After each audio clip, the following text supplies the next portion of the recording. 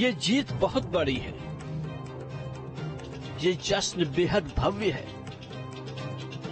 PM Modi BJP कार्यकर्ताओं के साथ जीत का जश्न मनाने पार्टी दफ्तर पहुंचे। कार्यकर्ताओं के सामने दिल खोलकर बात की।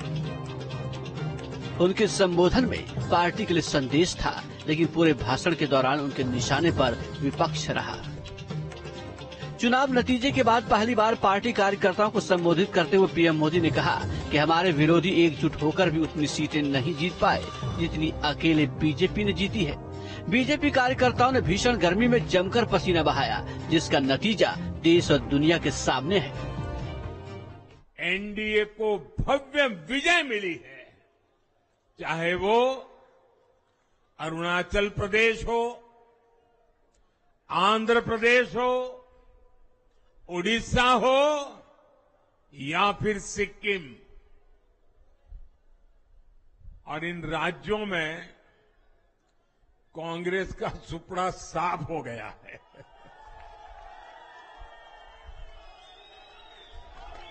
मेरे पास डिटेल तो नहीं है, लेकिन शायद उनको जमानत बचाना भी मुश्किल हो गया होगा। मैं देश के कोने कोने में उपस्थित बीजेपी के कार्यकर्ताओं को कहूंगा,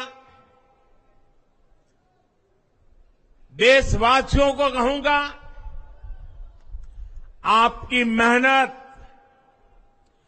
इतनी गर्मी में आपका बहाया पसीना, ये मोदी को निरंतर काम करने की प्रेरणा देता है। पीएम ने नतीजे को ऐतिहासिक और नतीजों के दिन को न भूलने वाला पल बताया। मां को याद करते हुए पीएम मोदी भावुक भी हो गए। उन्होंने जीत के लिए माताओं बहनों का धन्यवाद किया। कहा कि माताओं बहनों ने मां की कमी नहीं खलने दी। देश के इतिहास में महिलाओं ने वोटिंग के सारे रिकॉर्ड तोड़ दिए। मेरी मां के जाने के बाद ये मेरा पहला चुनाव था, लेकिन सच मानिए, देश की कोटि कोटि माताओं बहनों बेटियों ने मां की कमी मुझे खलने नहीं दी। मैं पूरे देश में जहां जहां भी गया, माताओं बहनों बेटियों ने अभूतपूर्व स्नेह और आशीर्वाद दिया। वहीं पार्टी मुख्यालय में कार्यकर्ताओं को संबोधित करते हुए बीजेपी अध्यक्ष नड्डा ने इस शानदार जीत का श्रेय पीएम मोदी को दिया। कहा कि मोदी ने हमेशा आगे बढ़कर देश, पार्टी और लोगों का नेतृत्व किया है।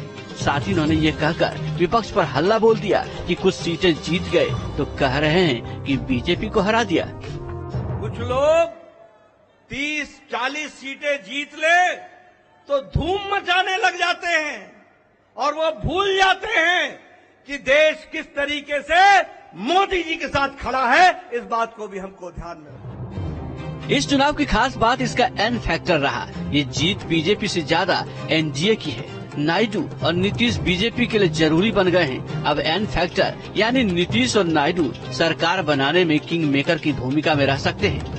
कई सालों बाद इस बार लोगों ने मजबूत सरकार का नहीं बल्कि मजबूत विपक्ष का चुनाव किया है। संकेत साफ है, देश में साझेदारी वाली सियासत के दिन और गठबंधन वाली सरकार का दौर एक बार फिर लौट आया। इसे साध कर बीजेपी सत्ता संतुलन के खेल में राजनीति का नया अध्याय लिख सकती है।